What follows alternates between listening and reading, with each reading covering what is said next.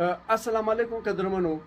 زه نن بیا له یو داسې غمزده غمجنې کورنۍ سره ستاسو په خدمت کې حاضر یم چې د محمد انور دغه سپین او دغه مورکۍ د دې یوه لور چې خپل ماما ویشتلې ده یوه هفته مخکې شهیده کړه او چې کله یې دغه لور ویشتله نو بیا دوه لارویان هم پکې زخمیان سوي وو چې په هغو کې یو شهید سو او یو زخمي دی.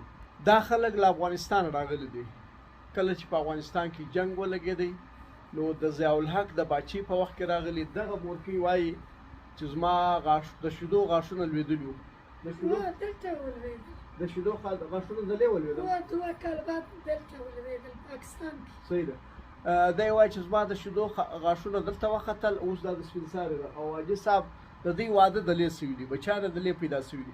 نو دلته چې راغلي دي 38 40 کاله یې کېږي، دونې وخت یې کېږي چې دوی دلې راغلي.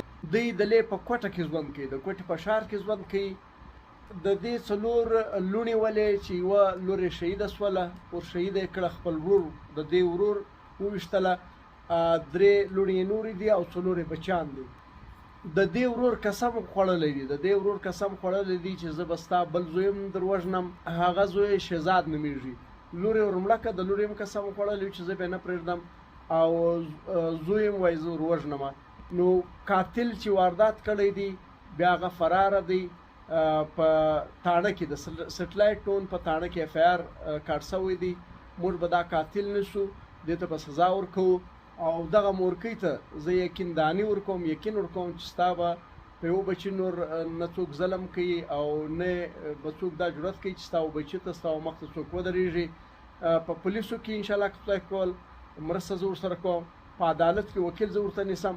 نو راځو دغه غمجنې مور ته او دې غمجن پلار ته چې یوه پیغله لور یې ور وژلې ده، هغه هم ماما یعنې د دې ورور مړه کړې ده، راځو چې ولې څه وجه وه څه کیسه.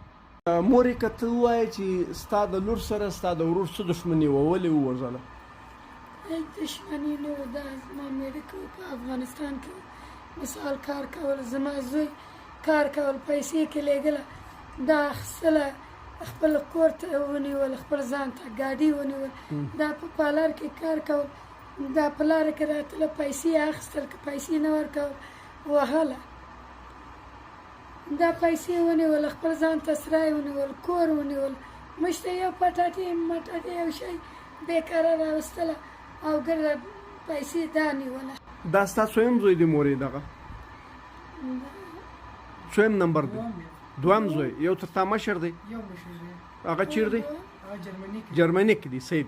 نو تا څه ورته ویل خپل ماما ته؟ زما ماما ته ما وویل ما اول زه کشر وم، ته کور ګرده خرچې ته مطلب زموږ به چې راتله حساب کوو، د کور حساب کتاب. اوس د خپله اوس کور ساتلی سم، د پیسې چې زما ورور پلار هغه چې قریبان چې هستې وه بهر ملکو، زه د خپل کور خپله چلوم. هغه ما سره یو ور جنجال شروع کړه، اوس زه غلی یم، زه غلا کوم چې ته دا خبر دې وکړه. ما یا دی خبر نه دی، اول زه کشر وم، اوس د ځوان سره زه خپله کور خپله ساتی سم. بس په دغه خبره زما سره ضد جنجال شروع کړه. هر وار راتلو کور ته ما ویل دغه جنجالونه کول. یو ورځ زما خور دغه شهید خور را سره ودرېدل، ما سره جنګ وکړ، ته ولې وار زما ورور وایي. هلته زه ولاړ شم، زما خور هم ولاړ شم، دوی د کوره مو پسې واخیستل، وایي شا اوس تی دونه سویاست، که ما د کوره پسې اخې والله که را سره ولاړه.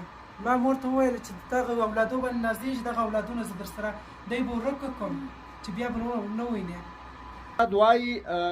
دی وایي چې دا ماما ته چې ما کله وویلې چې زه خپل د کور خرچې مرچې هر شی خپله کوم، ورور پیسې زه خپله اخلم، د پلار ټولو قریبانو پیسې زه خپله اخلم، نو ماما په دې وکارېدی چې نو زه نو غل یم.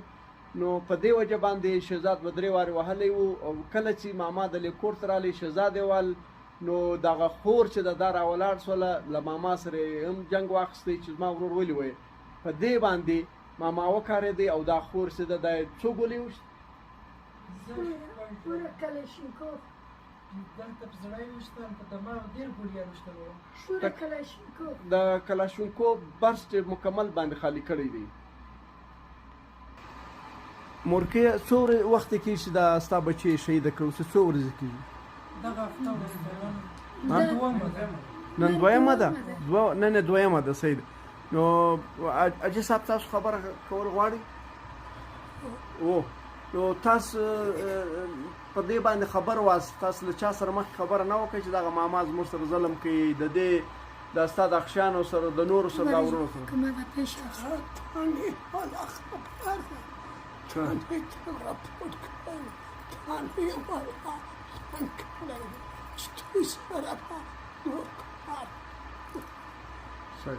صحیح اوس تاسو څه غواړئ زه غواړم که زما لور غوینې باغساز سي زما ورور ته واخلي هغه رنګه ځوانه مرګه وکړه زما لور ته دې ته په پانسي کې سزا ورکړي زما لور هغه رنګه که اوس جات هم نه پرېږدي او زه په تانې کې زه خپله ولاړم دا ولاړه یو چشمه والا تانهدار دی فارسي خبرې کوي هغه ما وویل که دې سره ضمانت ونیسي زما لور ته یو شی کوي وایي هیڅ شی نه کوي هیڅ شی نه کوي وخت یې که زه خبر نه وم که دا شهادت رسېدلی دی ما یې ولیدل وروره ته خو وویل که دا هیڅ شی نه کوي هغه دی زما لور زخمي کله هغه ځای سره خپله ځان ورکړه صحیح